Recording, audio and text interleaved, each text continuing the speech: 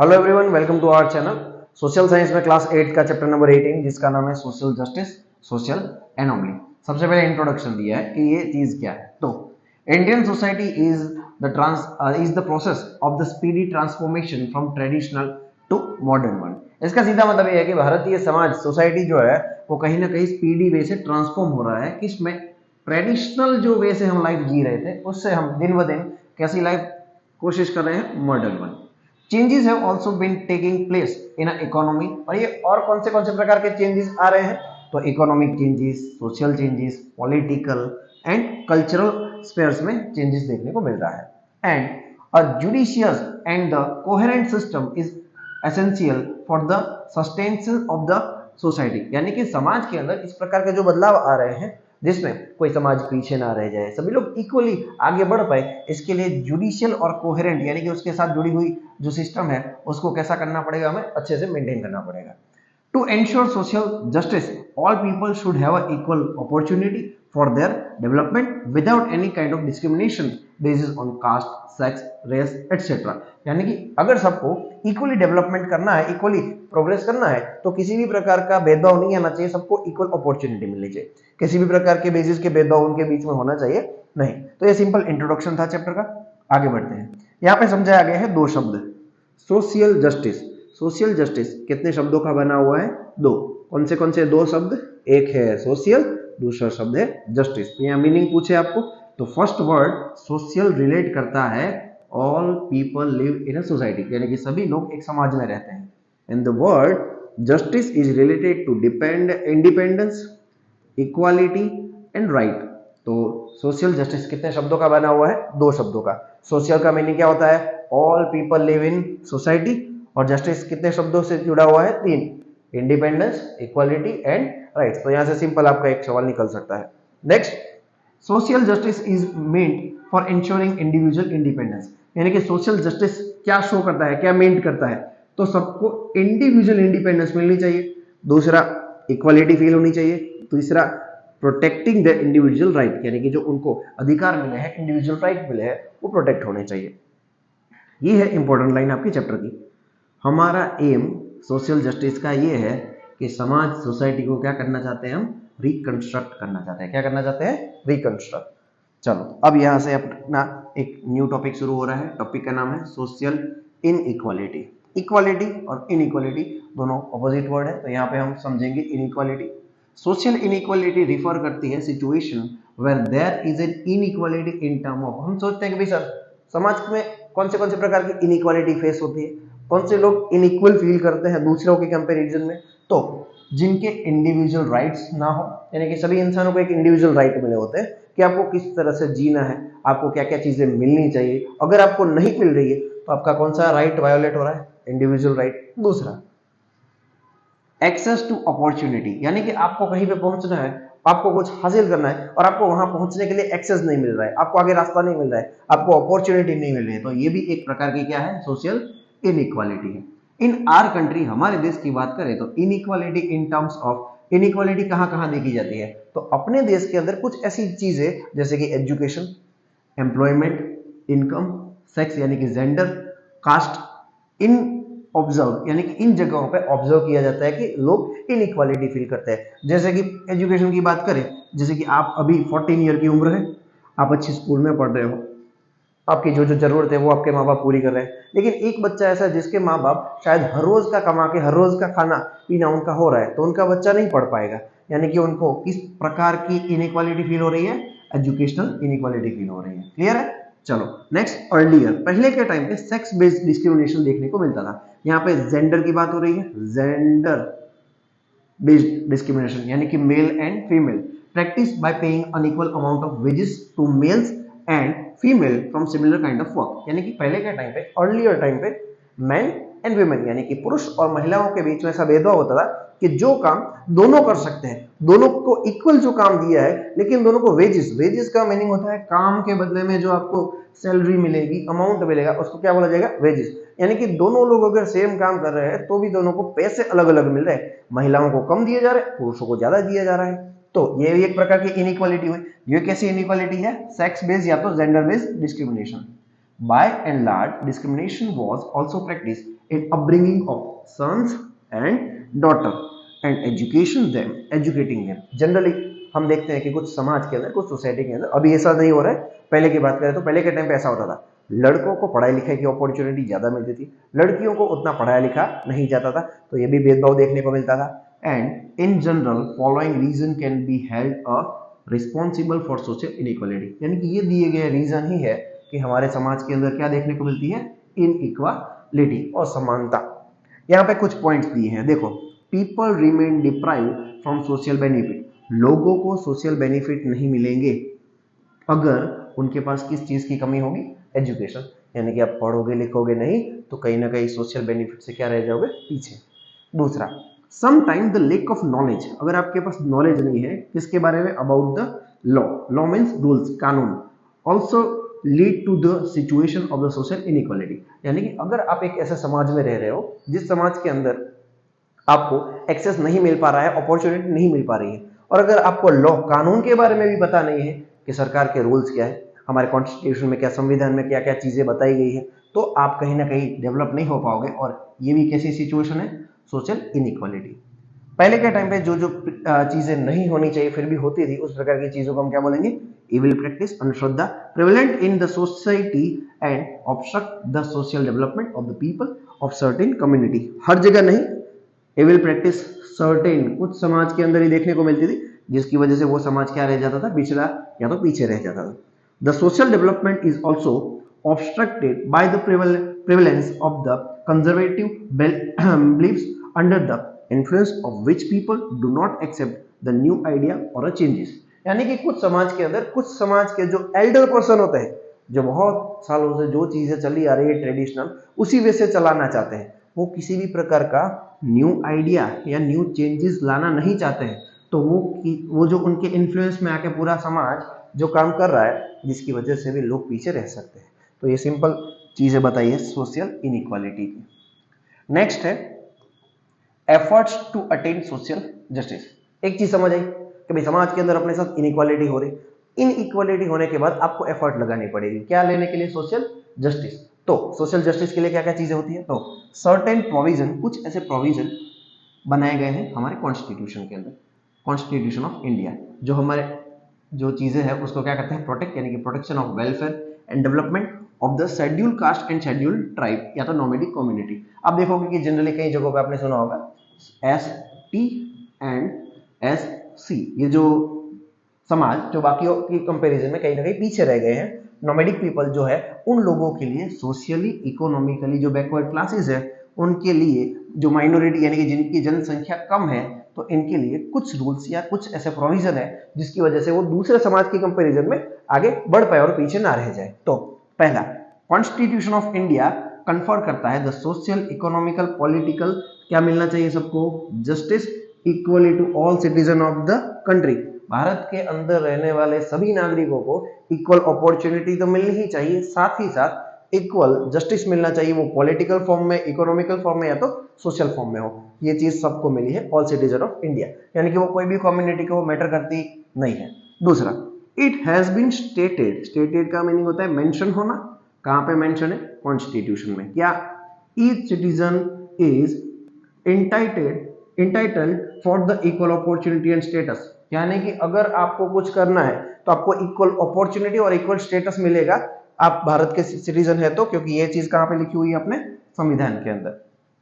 Through the constitution, constitutional right, people of the backward classes are given a equal opportunity, justice and status. यानी कि जो backward classes के लोग हैं उनको भी इक्वल अपॉर्चुनिटी और जस्टिस मिलेगा और इक्वल स्टेटस मिलेगा. यानी कि हम किसी को हमारे से इंफीरियर नहीं दिखा सकते, कोई भी समाज का इंसान हो सबको इक्वली रहना पड़ेगा. And specific provision have been made for the people of this classes in a 5-year plan to.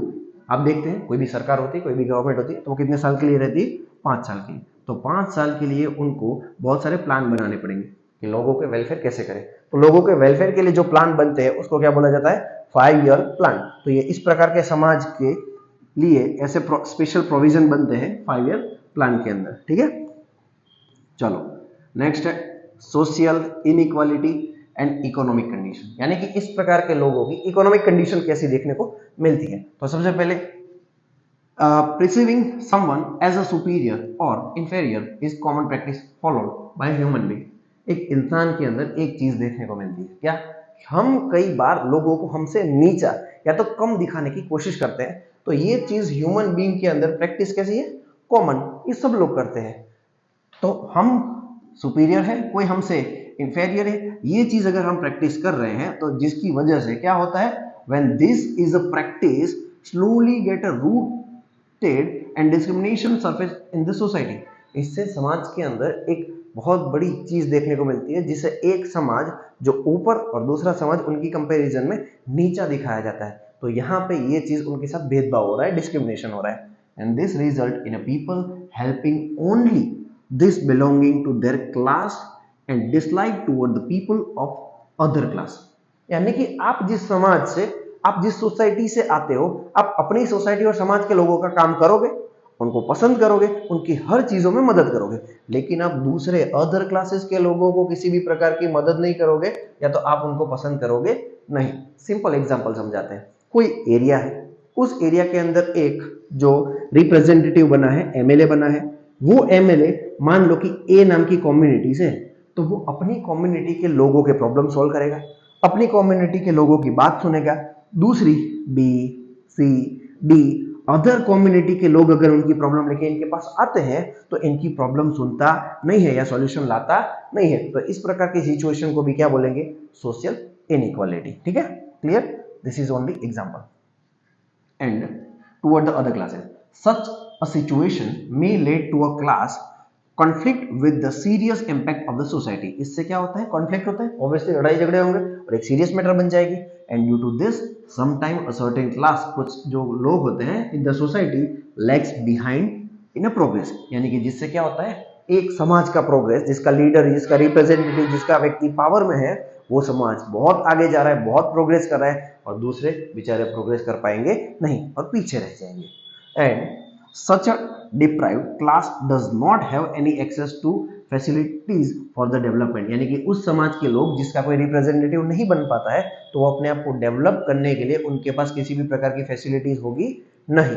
And their ability और कैपेसिटी, यानी कि कोई व्यक्ति काबिल है, उसके अंदर स्किल है, कैपेसिटी है, उसके अंदर एबिलिटी है, फिर भी to raise their voice against the injustice also diminish, यानी कि डिमिनिश, यानी कि उस प्रकार की चीजें अगर हो रही है, आप आवाज भी उठा रहे हो तो आपकी आवाज को दबा दिया जाएगा, क्योंकि पावरफुल व्यक्ति जो होंगे वो इस समाज के लोगों को आगे आने देंगे नहीं। एंड सो क्या होता है, उससे remain exploited and deprived also become a victim, और आप किस चीज का शिकार बन जाते हो, लीनियर पोवर्टी। आपको एक चीज तो पता होगी, पोवर्टी का मीनिंग होता है गरीबी। गरीबी के दो प्रकार होते हैं, एक होती है एब्सोल्यूट पोवर्टी, दूसरा होता है लीनियर पोवर्टी। एब्सोल्यूट पुअर किसको बोलते हैं, जिसके पास फूड नहीं है, जिसके पास क्लोथ नहीं है, जिसके पास हाउस, घर नहीं है, या जिसकी बेसिक जरूरतें अगर पूरी नहीं हो रही है तो वो एब्सोल्यूट पुअर है, और उस सिचुएशन को एब्सोल्यूट पुअर्टी कहते हैं। चलो ये समझ आ गया। दूसरा लीनियर पुअर को दूसरा हम कंपैरेटिव पुअर भी कह सकते हैं। कैसे? एग्जांपल, एक ए नाम का व्यक्ति है जो हर महीने 20,000 रुपए कमाता है, बी नाम का व्यक्ति है जो हर महीने 50,000 कमाता है, सी नाम का व्यक्ति हर महीने 70,000 कमाता है। तो ए जो है वो कंपैरेटिवली बी से क्या है, पुअर है। B is comparatively poor then C, और C also comparatively poor then other और समवन जो उससे ज्यादा कमाता है। तो एक समाज जो बहुत प्रोग्रेस कर रहा है, एक समाज थोड़ा कम प्रोग्रेस कर रहा है, तो वो एक दूसरे की कंपैरिजन में क्या रह जाएंगे, पीछे या तो गरीब रह जाएंगे। तो इसी को कंपैरेटिवली क्या बोला जाता है, लीनियर पॉवर्टी कहा जाता है। चलो क्लियर है। नेक्स्ट यहाँ पे अपने को समझाया कि विथ द अवेयरनेस, अगर लोगों में awareness I that has arisen in the present time, development of the backward classes is perceived and to be so the responsibility of the whole society, यानी कि इस प्रकार का समाज पीछे ना रह जाए, कि ऐसी प्रैक्टिस हो रही है तो सिर्फ उस व्यक्तियों की नहीं, ये हमारे समाज के जितने भी लोग हैं उन सबकी जिम्मेदारी है कि ये चीजें रोकें। And this is a necessitated effort for the social change, और अगर समाज में बदलाव लाना है तो ये चेंज लाना पड़ेगा। Government has also implemented number of the scheme to help the people of this classes and getting justice. यानी कि सरकार बहुत कोशिश करती है, स्कीम मतलब बहुत सारी ऐसी योजनाएं भी लाती है जिससे ये समाज कहीं ना कहीं सोशल इनजस्टिस फील ना करे, सोशल इनइक्वालिटी फील ना करे और उनको न्याय मिल सके। चलो यहाँ समझते हैं किस तरह से। तो गवर्नमेंट की स्कीम और सोशल जस्टिस, गवर्नमेंट क्या क्या काम करती है इस समाज के लोगों के लिए। After independence, the government of India has implemented a several schemes to ensure inequality and equal opportunity for all classes, जो नीचे दिए गए एग्जाम्पल की तरह है। पहला एग्जाम्पल देखो, parliament, legislative assembly and panchayat. यहाँ पे सर्टेन जो कॉन्स्टिट्यूंसी होती है, हमारा जो एरिया होता है जहाँ हमारा एमएलए बनता है उसको क्या बोलते हैं, constituency, are kept reserved for such the classes needed social justice. By doing so, representation of such classes is maintained and they can also have a voice. Simple चीज है, कोई एरिया है, उस एरिया का जो एमएलए यानी कि representative है वो उनके क्लास का, schedule tribe, schedule caste, nomadic class, उनके क्लास का ही बनेगा रिप्रेजेंटेटिव, तो उनकी आवाज आगे तक पहुंच जाएगी। इसी तरह से लेजिस्लेटिव असेंबली के लिए और पार्लियामेंट के लिए और पंचायत के लिए उनकी कॉन्स्टिट्यूंसी की सीट रिजर्व रहती है कि यहाँ पे शेड्यूल कास्ट या तो शेड्यूल ट्राइब का ही व्यक्ति रिप्रेजेंटेटिव बनेगा, जिससे उनकी आवाज ऊपर तक जा पाएगी। तो सरकार ने ये प्रोविजन रखा है, क्या कर रहा है, कुछ सीट्स रिजर्व रखी है। दूसरा, उनकी सीट एजुकेशनल इंस्टीट्यूट में भी रिजर्व रहेगी, certain classes with the aim of increasing literacy among them and thereby changing their social status. यानी कि वो पढ़ेंगे लिखेंगे आगे बढ़ेंगे तो अपने समाज को भी आगे बढ़ा पाएंगे। तो पढ़ने लिखने के लिए उनके पास मान लो कि अपॉर्चुनिटी नहीं है, तो एजुकेशनल इंस्टीट्यूट में उनके लिए सर्टेन जो क्लासेस है उनकी सीट रिजर्व रखी। जैसे एमबीबीएस की एक पढ़ाई होती है, तो एमबीबीएस की पढ़ाई में मान लो कि 100 सीट है, तो 100 में से 10 सीट रिजर्व रखेगी। इस सीट पे से शेड्यूल कास्ट और शेड्यूल ट्राइब के व्यक्तियों को ही पढ़ाया जाएगा, ताकि उनके भी व्यक्ति डॉक्टर बने, आगे बढ़े और सोशल स्टेटस अच्छे से प्राप्त करें। नेक्स्ट, उनको सेल्फ सफिशिएंट बनाने के लिए, in order to make the social backward classes, उनको क्या बनाना है, आत्मनिर्भर। उनको इंटरेस्ट फ्री या तो लो इंटरेस्ट पे सरकार क्या प्रोवाइड करती है, लोन। जैसे कि कोई लोग हैं जो गरीब है, उनके पास पैसे नहीं है, लेकिन उनको कोई ऐसा बिजनेस करना है या उनको किसी भी चीज का प्रोडक्शन यूनिट एस्टेब्लिश करना है, तो उनको सरकार या तो फ्री या तो लो इंटरेस्ट पे लोन प्रोवाइड करती है फॉर अ स्मॉल ऑक्यूपेशन, या तो कॉटेज इंडस्ट्री या तो स्मॉल स्केल इंडस्ट्री प्रोवाइड करने के लिए। And there is also provision for a loan, और उनको लोन भी मिलती है क्या परचेस करने के लिए, व्हीकल जैसे कि rickshaw. And this provision help them to becoming economically self sufficient, यानी कि वो अपने आप को इकोनॉमिकली क्या बना पाते हैं, सेल्फ सफिशिएंट, आत्मनिर्भर। तो ये सब चीजें हमारी सरकार करती है। Along with this, there are many other schemes also we have been implemented to protect the backward classes, and these schemes contributed the significantly of this field in a social justice। यानी कि सामाजिक रूप से न्याय देने के लिए इतनी स्कीम काफी नहीं है, बहुत सारी और भी स्कीम गवर्नमेंट इंप्लीमेंट करती है और इस तरह से काम करती है ताकि उनको न्याय मिले। चलो अब एक नया टॉपिक है, वो है ह्यूमन राइट। राइट जब भी आता है तब आपको फंडामेंटल राइट भी याद आते हैं, याद रखेंगे वो हमारे कॉन्स्टिट्यूशन में है। ये जो ह्यूमन राइट है वो सबके लिए है, पूरी दुनिया में जितने भी लोग हैं उनके लिए। Human rights are essential for a person to live with the dignity. एक अच्छी लाइफ, डिग्निटी लाइफ जीनी हो तो हमारे पास ह्यूमन राइट्स हैं। And they are congenital right for the human being. Congenital का मीनिंग होता है बाय बॉर्न, जब से हम जन्म लिया है, बाय बॉर्न यानी कि जब से जन्म लिया है तब से ये अधिकार हमें मिले हैं। Each person has a right to live with the dignity without facing any discrimination on the basis of caste, religion, language, nationality, etc. and following our human right are declared by United Nations। यानी कि एक इंसान के तौर पे अर्थ पे आपका जन्म हुआ है तो आपको बाय बॉर्न कुछ अधिकार मिले हैं। आपको कैसी लाइफ जीने के लिए, डिग्निटी लाइफ जीने के लिए, ना तो कास्ट, ना तो रिलीजन, ना तो लैंग्वेज, ना तो नेशनलिटी, किसी भी प्रकार का भेदभाव आपके साथ होगा नहीं। और ये राइट्स किसने, वर्ल्ड ऑर्गेनाइजेशन, यूनाइटेड नेशन ने डिक्लेयर किए हैं। यानी कि ये सिर्फ भारत में नहीं, सभी देश जो यूनाइटेड नेशन में जुड़े हैं उन सबको ये फॉलो करना पड़ेगा। याद रखेंगे, पूछा जाए सिंपल कि हु डिक्लेयर ह्यूमन राइट, तो आंसर क्या आएगा, यूनाइटेड नेशन। पहला right, right to adequate food, housing, water and hygiene. यानी कि आपके पास एडिक्वेंट मतलब सफिशिएंट, आपको जितना रिक्वायर है उतना फूड, हाउस, वाटर और हाइजीन मिले वो आपका अधिकार है। दूसरा, right to work and remuneration. Remuneration का मतलब होता है वेजेस या तो सैलरी। आप जो भी इजी शब्द आपको याद रहे, तो आप जो काम कर रहे हो उस काम के बदले में आपको जो भी काइंड ऑफ इकोनॉमिकली जो फाइनेंस होता है, पैसे होते हैं, वो मिले, वो आपका अधिकार है। राइट टू एजुकेशन, पढ़ने लिखने का अधिकार। Right to freedom of expression, आप जो चीज महसूस करते हो वो एक्सप्रेस करने का अधिकार। Right to property and right to privacy, ये सभी राइट्स किसने डिक्लेयर किए हैं? यूनाइटेड नेशन ने। नो दिस में एक चीज याद रखोगे आप यहाँ पे कि भाई यूनाइटेड नेशन ने ह्यूमन राइट जो है वो डिक्लेयर किए। तो ह्यूमन राइट डे कब डिक्लेयर किया? 10 दिसंबर। तो every 10 December is celebrated as a human right day. चलो, ह्यूमन राइट की तरह और कौन से राइट दिए हैं? चाइल्ड राइट, छोटे छोटे बच्चों के right. Development of any nation, किसी भी देश का डेवलपमेंट किसके ऊपर निर्भर होता है? Overall development of its children, यानी कि किसी भी देश का फ्यूचर डिपेंड करता है वहां के बच्चों पे। वहां के बच्चे अगर ओवरऑल डेवलपमेंट कर पाएंगे तो ऑब्वियसली अपने देश को भी आगे बढ़ा पाएंगे। So it should be our priority to develop their physical, mental and intellectual energies in order to make them healthy and responsible citizen।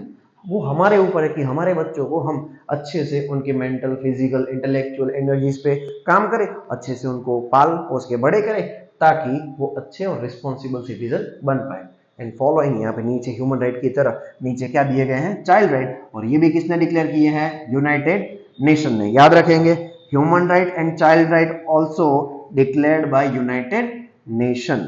चलो नेक्स्ट, पहला हमारा राइट है right to live without any discrimination, caste, colour, gender, language, religion और nationality. ये तो simple है, आपके पास अधिकार है कि आप किसी भी प्रकार के भेदभाव को सहन ना करो। Right to adequate nurturing by the parent, यानी कि आपके पेरेंट आपको अच्छे से पाल पोस के बड़े करें। Right to education for a personal development, आपके पास राइट है पढ़ने लिखने का ताकि आप अपना डेवलपमेंट कर पाओ। राइट टू हेल्दी लाइफ, अच्छी लाइफ जीने का अधिकार। Right to live in one's own religion, आप अपने खुद के धर्म में रहो, कोई आपको फोर्सफुली धर्म चेंज करा सकता नहीं है। आपकी खुद की कम्युनिटी में रहो और आपके कल्चर को क्या कर सकते हो? आप प्रिजर्व, बचा सकते हो।